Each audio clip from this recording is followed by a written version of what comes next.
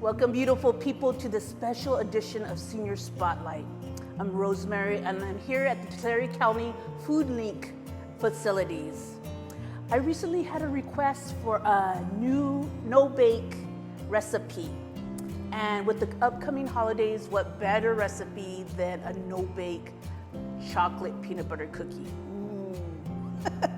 So let us begin, shall we?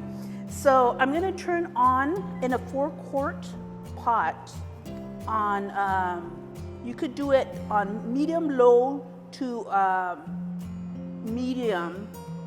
Don't want it too hot because you don't want to scorch. So I'm gonna take the lid off here. And I highly recommend that you pre-measure your ingredients because there's a point in the recipe where it's gonna go really fast. So definitely pre-measure everything ahead of time. It will make your life so much easier. Also, get a baking sheet, and I recommend parchment paper. You can also use wax paper if you don't have parchment paper, or aluminum foil will work just fine.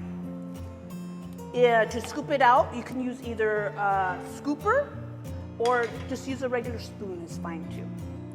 So now that I have this pan heating, I'm gonna grab my whisk and put in, you could do 1.5 cups of sugar to 2 cups. 1.5 works fine for me, it's just sweet enough. So I'm gonna put the sugar in there with 1 stick of butter. This butter's unsalted, you could totally use salted butter, but if you do, eliminate the pinch of salt. So we're gonna put the stick of butter. I do have it cubed. That's just for ease of use so it can melt faster. But if you feel lazy and just wanna throw the stick in, go for it. That's perfectly fine. And then I have 1/2 cup of whole milk to add. Now, if you wanna substitute, if for whatever reason you don't want whole milk, you could do 2% milk, but also you can use evaporated milk and or substitute with almond milk as well as soy milk to make it healthier. And we're gonna add 1/4 of cocoa powder, unsweetened, and our pinch of salt. And we're just gonna stir this all in. Now this is a classic recipe that probably your family has heard of or tasted in the past. Now right now I'm just whisking all the ingredients together. You don't want any sugar lumps, any cocoa powder lumps. And then I also have the scraper just to scrape off the sides, get the sugar down into the mixture.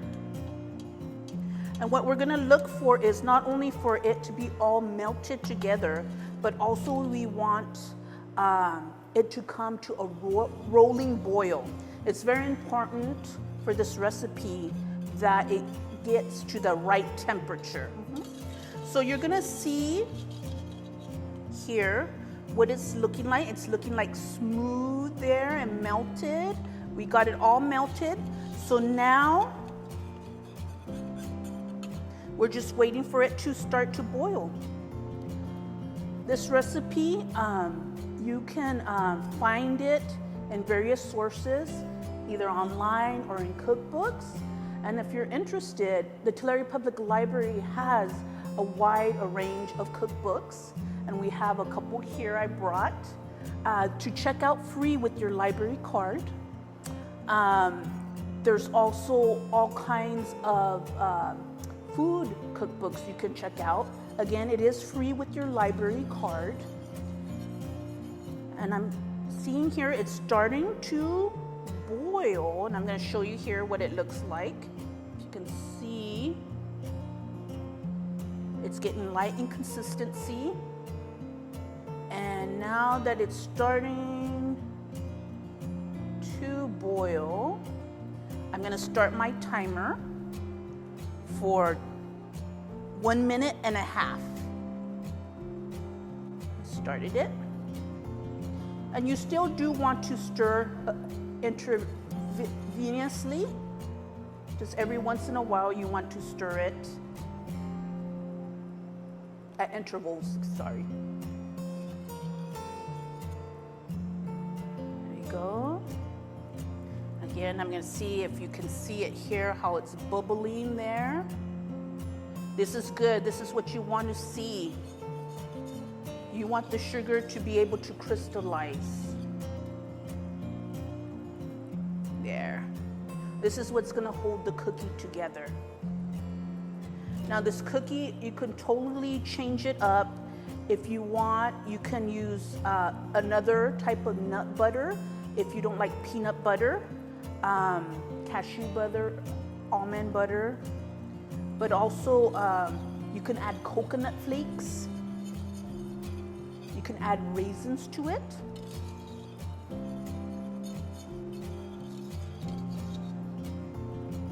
And we're just about there. Let me show you again what it looks like. See all the bubbles there? That's what you want to see.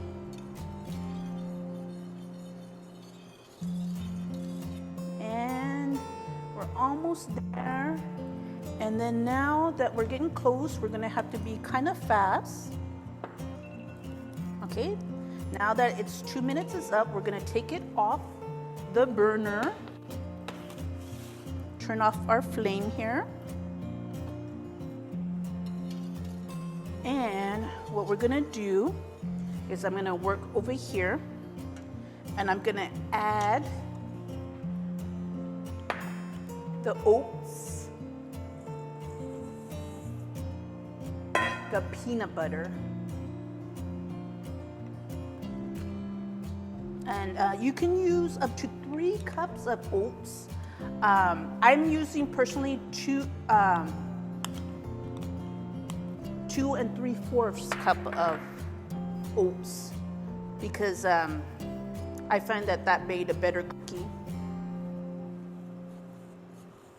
You can use, I'm using quick cooking oats, but definitely you can add, I'm adding vanilla, you can do old fashioned. Just remember that the old fashioned, and I'm adding walnuts, oats, they take longer to set up because they are bigger in consistency, and so it really needs more time to absorb the moisture of the butter and the milk. So now that I'm stirring, and let me show you here what it looks like. We're just incorporating the peanut butter so it melts, the walnuts, and I used 1/2 cup of walnuts. You can add raisins, like I said, you can add coconut. You could do chocolate chips instead of cocoa powder.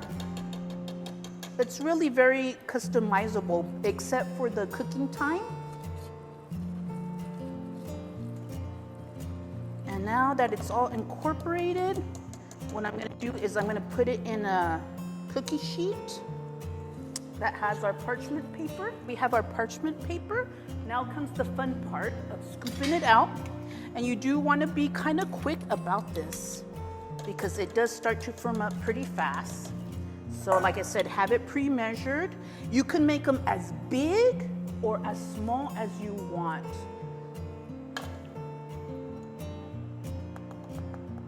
And you just put them down right there on the parchment paper.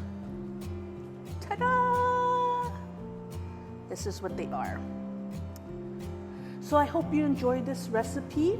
I want to thank FoodLink for their time in filming this. And I want to thank you for watching. Until next time, enjoy.